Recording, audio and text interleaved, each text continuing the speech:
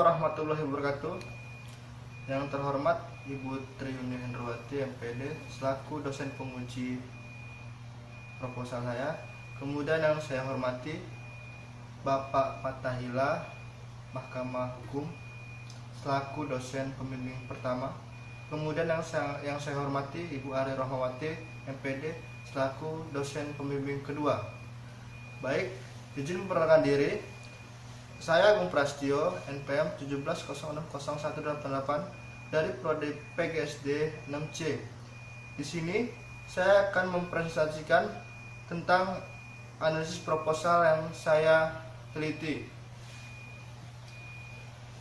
Saya mengambil judul tentang hambatan pembelajaran jarak jauh dalam pembelajaran tematik kelas 5 SD di SDN 3 Waringan Sari Barat tahun ajaran 2020 dan 2021.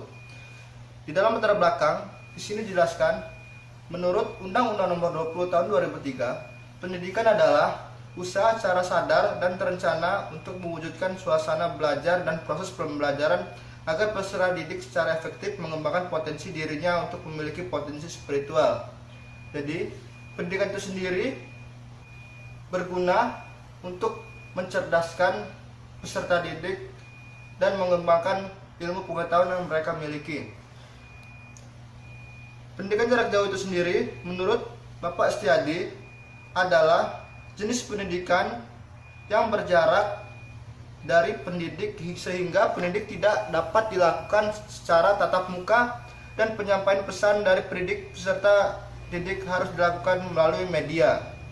Dan di sini dijelaskan bahwa pembelajaran jarak jauh itu harus menggunakan suatu media agar terfokusnya belajar jarak jauh ini sehingga dapat mewujudkan tujuannya, yaitu untuk dapat berinteraksi dengan siswanya walau tidak saling tatap muka, yaitu antara jarak. Seperti misalnya saya di sini mengajarkan peserta didik dan peserta didik itu ada di rumah.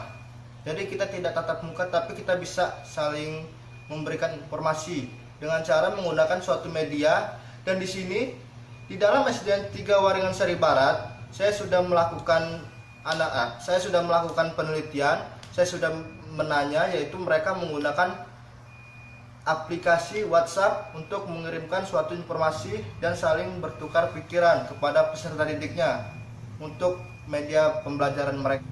Michael Moore 2013 menyatakan bahwa pembelajaran jarak jauh sebagai bagian dari metode pembelajaran di mana perilaku mengajar dieksekusi terpisah dari perilaku belajar, termasuk yang dilakukan di hadapan peserta didik, sehingga komunikasi antara guru dan guru pelajar harus difasilitasi dengan alat cetak, elektronik, mekanik, atau lainnya. Maksudnya di sini, pembelajaran jarak jauh itu membutuhkan suatu media yang mampu mentransfer suatu pembicaraan mereka, walaupun mereka tidak saling tatap muka, atau mungkin mereka saling memiliki jarak satu sama lain.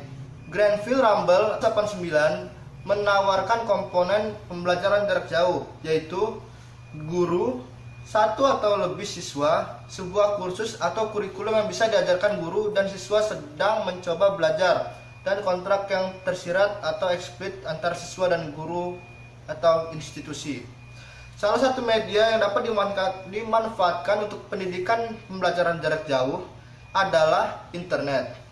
Dan di SDN 3 Waringan Sari Barat, setelah saya mencari informasi di sana dari informan yang saya ajukan, yang saya pertanyakan, yaitu informan bisa dari guru dan kepala sekolah. Saya menanyakan di sana menggunakan suatu media internet, yaitu menggunakan aplikasi WhatsApp untuk melakukan pembelajaran jarak jauh. Seperti yang kita ketahui pada masa sekarang, yaitu masa COVID-19 atau biasa dikenal dengan pandemi. Karena itulah saya mengambil judul ini. Saya ingin mengetahui bagaimana peserta didik dapat belajar, dapat mendapatkan suatu pembelajaran dari gurunya walaupun sedang terjadi masalah seperti COVID-19 ini, yaitu kita harus berdiam diri di rumah dan tidak boleh keluar. Dan bagaimana cara siswanya untuk belajar? Makanya saya mengambil judul ini agar saya mengetahui bagaimana perilaku atau bagaimana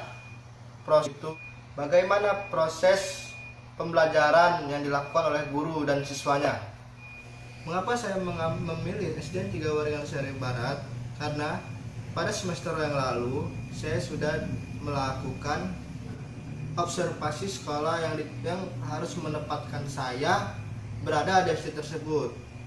Dari hal itulah saya berasumsi bahwa saya akan memilih SD tersebut karena saya sudah pernah observasi di sekolah tersebut.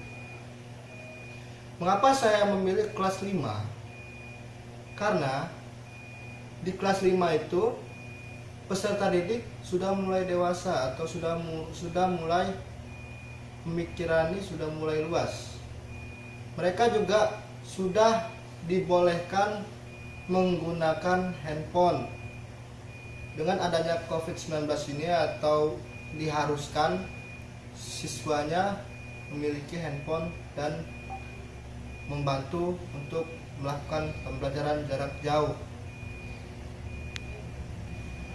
Mengapa harus adanya pembelajaran jarak jauh? Karena pada saat sekarang ini yang sudah kita ketahui, dengan adanya COVID-19 dan pandemi, siswa tidak bisa keluar, siswa itu tidak bisa masuk ke sekolah karena pemerintah sudah melarang kita untuk keluar dan harus menyuruh kita untuk berdiam diri di rumah saja. Lalu bagaimanakah proses belajar dapat dilakukan apabila siswanya tidak dibolehkan keluar dari rumah? Jadi disinilah peran pembelajaran jarak jauh itu harus terwujud, yaitu untuk membantu peserta didik untuk belajar meskipun tidak tatap muka dengan gurunya atau tidak dalam satu ruangan. Masuk ke perumusan masalah berdasarkan latar belakang yang sudah paparkan di atas, maka yang menjadi rumusan masalah dan penelitiannya adalah bagaimana hambatan pembelajaran jarak jauh pada pembelajaran tematik di SDN 3 kelas 5 di SDN 3 Waringin Seri Barat tepatnya tahun 2020-2021. Kemudian masuk ke tujuan penelitian. Tujuan penelitian yang hendak saya capai adalah untuk mengetahui hambatan pembelajaran jarak jauh pada pembelajaran tematik kelas 5 SDN 3 Waringin Seri Barat. Ruang lingkup penelitian sesuai dengan permasalahan dan tujuan dari penelitian ini, maka ruang lingkup penelitian di SDN 3 Waringin Seri Barat di Jalan Adisari tentang bagaimana hambatan pembelajaran jarak jauh pada pembelajaran tematik kelas 5 SDN 3 Waringin Seri Barat tahun ajaran 2020-2021. Manfaat penelitian saya yaitu bagi pengembangan ilmu pengetahuan agar kita mengetahui pengaruh penerapan pembelajaran jarak jauh bagi peserta didiknya. Lanjut ke bab 2, di kajian pustaka, kajian teori, kajian tentang hambatan. Menurut Kamus Besar Bahasa Indonesia, hambatan berasal dari kata dasar hambat, yaitu yang berarti membuat sesuatu perjalanan pekerjaan menjadi lambat atau tidak lancar. Sedangkan menurut Dr. Sadaryanto, hambatan itu ialah hambatan pertama menulis jelek, malu. Hambatan yang kedua di kajian pustaka. Di sini ada pengertian hambatan. Pengertian hambatan menurut Kamus Besar Bahasa Indonesia yaitu hambatan berasal dari kata dasar hambat, yaitu dalam arti memperlambat atau tidak lancar. Kemudian menurut Sudaryanto tahun 2011 pada bukunya halaman 3, hambatan adalah halangan atau rintangan. Menurut saya sendiri, hambatan memiliki arti yang sangat luas, yaitu dalam melaksanakan tugas dia memiliki permasalahan yang dapat menghambat atau mempersempit suatu jalannya. Sedangkan pendidikan jarak jauh (PJJ) atau pembelajaran merupakan kegiatan yang dilakukan untuk menginisiasi, memfasilitasi, dan meningkatkan intensitas peserta didiknya. Menurut Jeknes, Briggs, and Wager pada bukunya yang terbit tahun 1992, pembelajaran adalah serangkaian kegiatan yang dirancang untuk memungkinkan terjadinya proses belajar antar siswa. Kemudian menurut Undang-Undang Pasal 1 Butir 20 UU Nomor 20 Tahun 2003 tentang Sidiknas, ini pembelajaran adalah proses interaksi peserta didik dengan pendidik dan sumber belajar pada suatu lingkaran belajar. Tujuan pembelajaran pada dasarnya merupakan harapan seseorang untuk mencapai tujuan atau dikatakan keberhasilannya.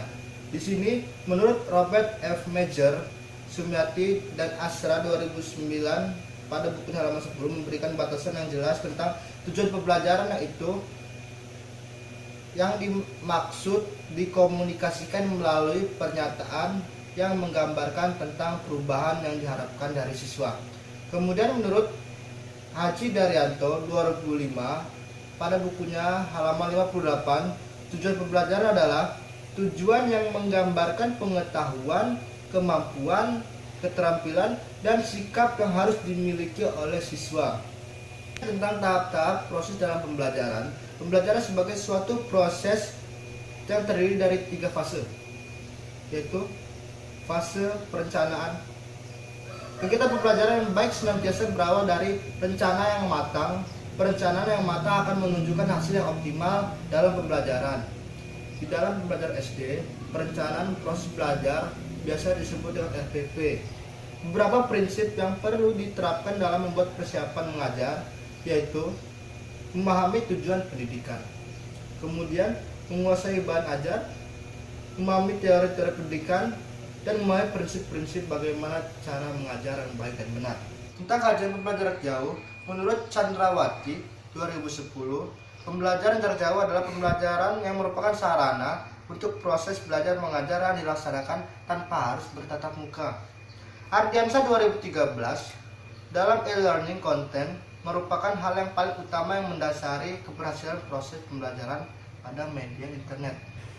Masuk ke kajian tentang pengertian tematik, pembelajaran tematik, yaitu tematik adalah pokok isi atau wilayah dari suatu bahasan materi yang terkait dengan masalah dan kebutuhan lokal yang dijadikan tema, yaitu penggabungan antara beberapa subtema menjadi satu tema, itu disebut pembelajaran tematik. Dan dasar filosofi pembelajaran tematik.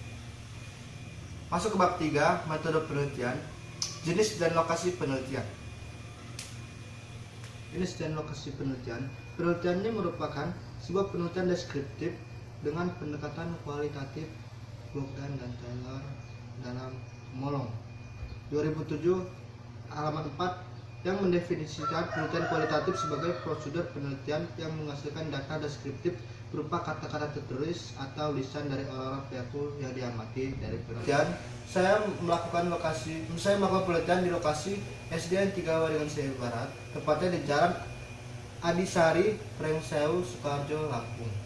Informan penelitian ada orang yang dapat memberikan informasi. Informasi yang saya dapatkan yaitu berasal dari guru, kemudian dari kepala sekolah, kemudian dari orang tua, dan orang tua yang bersangkutan dalam melakukan pembelajaran jarak jauh saat dia berada di rumah.